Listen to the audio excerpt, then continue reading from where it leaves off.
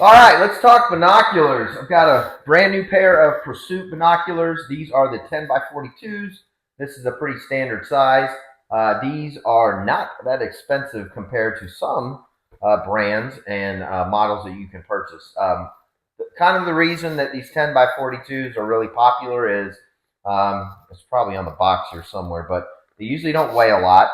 So they're kind of advertised as like, you can put them in your backpack, you can take them to sporting events, you can go hiking with them, you can go hunting with them, whatever you use, bird watching. You can also uh, not have something that when you are using it, it's heavy to hold in your hand.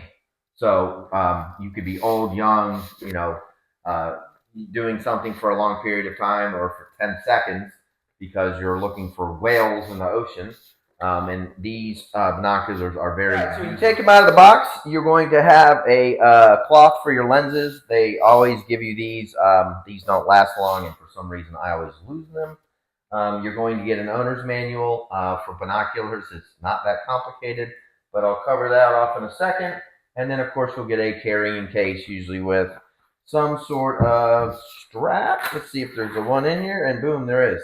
So there's a strap already on it, and then this is the strap that you can actually put on the binoculars themselves right here. So if you want to use these straps, these are the two, we'll call them strap anchors that you can use to hold around your neck or wherever you would like to do that. So most binoculars now these days, um, the front of the binocular. So this is the front. So here's your adjuster. These are the two eye reliefs in the front. They usually have something that looks exactly like this.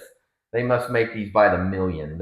Every pair of binoculars has this exact same cover system. And then the thing about most of these days is the bottom, so the base, have these flip-off caps so that when you are putting it on, let's say you put it on a desk or you put it on some sort of a stand, you're not scratching the lenses, and they usually just flip right off like that. So if you look in the owner's manual, it's pretty self-explanatory, right? You look through this end, you point to whatever you want to look at in the distance, out of the back, the objective lenses. They call this piece the focus wheel. I believe that, yeah, this model, they call this the focus wheel. So this is just basically you're going to adjust this like this, back and forth, left and right.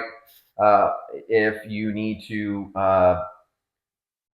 whatever you're looking at, and believe it or not, this is really common.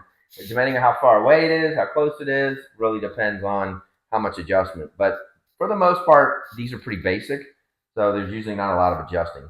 They do have some eye relief distance as well, as you can see. It's not a ton, but again, it's not locked in. You can just see it kind of pivot. You want to make it real comfortable. Obviously, if your eyes are closer together or if they're further apart, you can separate them out. The other feature this has is right here. So let's see what they call it on these. They call those the diopter dial. And that is something where, I'm not sure if you can see it. Now you're not going to be able to see this on the video. But it will adjust the basically the distance between here and here. So the base of the binocular, you can kind of see it maybe. See how there's a little slit right there?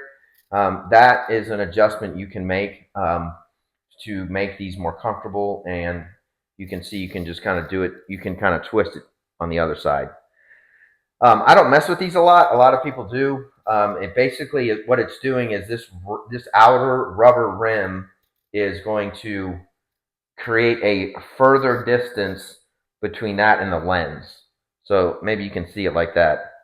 Some people mess around with that a lot. I don't find a lot of value to that. And then again, this is a different focus point as well. So these are not complicated. These are not expensive. I'll leave a link down below. I think I paid right at $50 for these. The reason I bought them, though, is because I didn't want an expensive pair that was going to break potentially or I was going to lose. So this is an economical.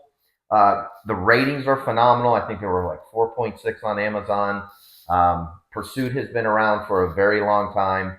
So if you're looking for an economical pair of binoculars, check these out. Again, they're very lightweight. You can fold them up, stick them in a backpack, and you won't even notice them. Hope that